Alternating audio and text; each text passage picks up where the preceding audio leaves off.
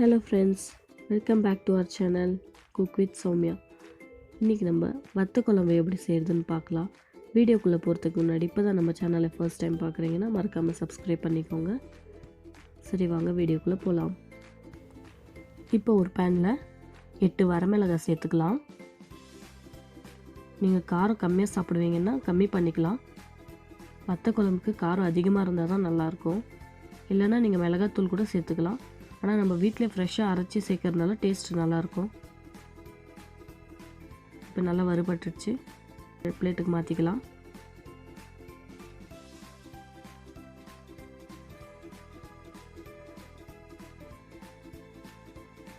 இப்போ அதே பேனில் 2 டேபிள் ஸ்பூன் வரமல்லி சேர்த்துக்கலாம்.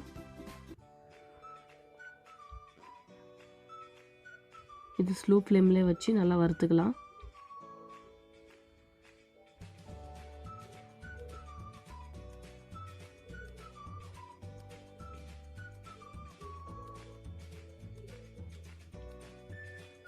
இப்போ வேறு பிளேட்டுக்கு மாற்றிட்டு அதே பேனில் 3 டேபிள் ஸ்பூன் நல்லெண்ணெய் சேர்த்துக்கலாம்.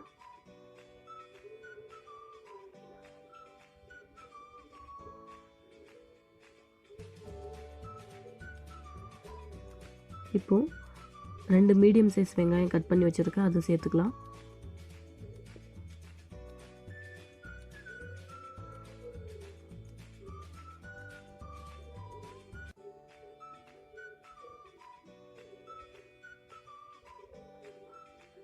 ஒரு 15 பல்லு பூண்டு சேர்த்து வதக்கி விட்டுக்கலாம்.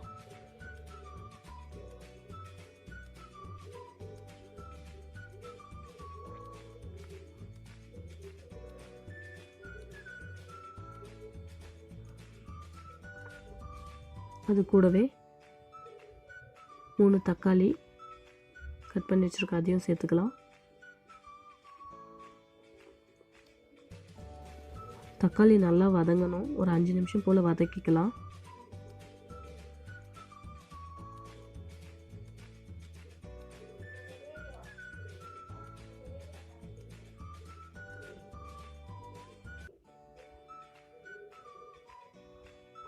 பாருங்கள் நல்லா வதங்கிடுச்சு.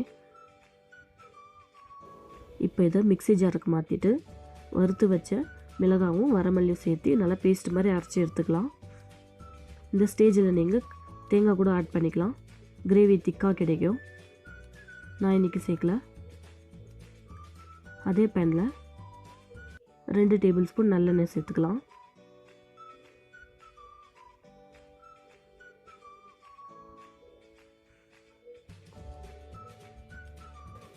இன்றைக்கி நான் சுண்டைக்காய் வத்தல் எடுத்துருக்கேன்.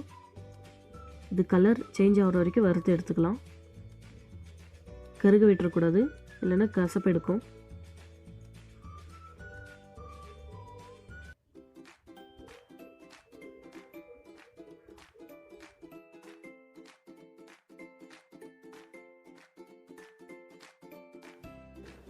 இப்போது நல்லெண்ணெய் சேர்த்துக்கலாம். கொஞ்சம் அதிகமாகவே சேர்த்துக்கலாம். முடிஞ்ச அளவுக்கு நல்லெண்ணெய் யூஸ் பண்ண ட்ரை பண்ணுங்கள். வத்த குழம்புக்கு அது நல்லா தண்ணி டேஸ்ட் கொடுக்கும். இப்போ கடுகு,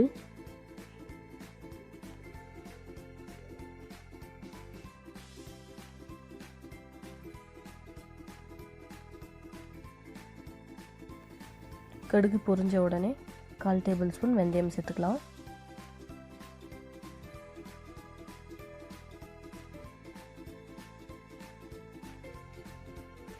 கருவேப்பிலை,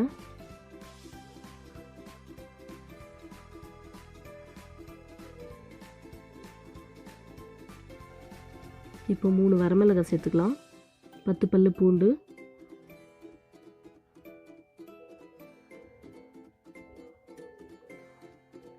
இதில் ஒரு 20 போல் சின்ன வெங்காயம் சேர்த்துக்கலாம்.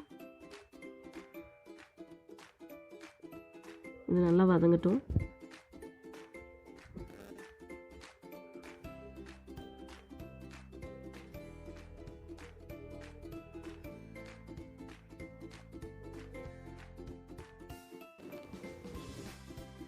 இப்போது சின்ன சின்னதாக கட் பண்ணி வச்சுருக்க தக்காளி பழம் சேர்த்துக்கலாம். நான் 2 எடுத்துருக்கேன்.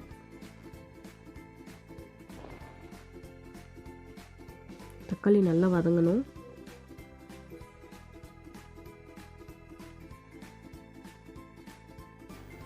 தக்காளி நல்லா வதங்கிடுச்சு. இது கூடவே 1/4 டேபிள் ஸ்பூன் மஞ்சள் தூள், 2 டேபிள் ஸ்பூன் தனியாத்தூள்,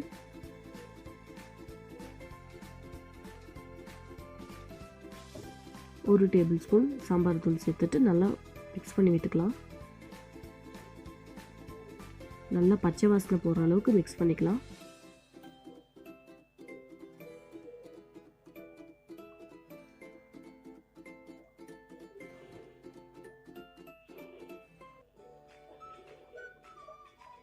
இது கூட அரைச்சி வச்ச பேஸ்ட் சேர்த்துக்கலாம், மசாலா பேஸ்ட்.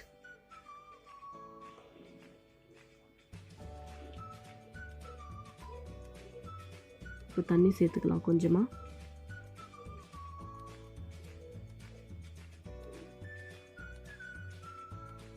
தேவையான அளவு உப்பு.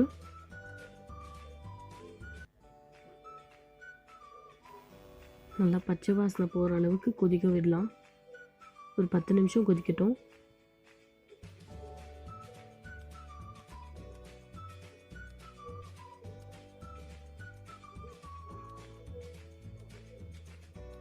பாருங்கள், எண்ணெய் பிரிஞ்சு வருது.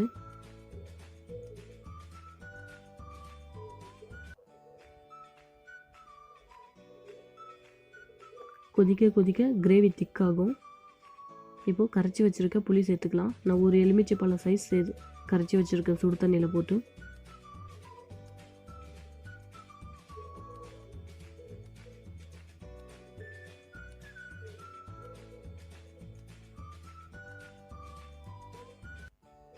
இந்த ஸ்டேஜில் நம்ம வறுத்து வச்சுருக்க வத்தல் சேர்த்துக்கலாம்.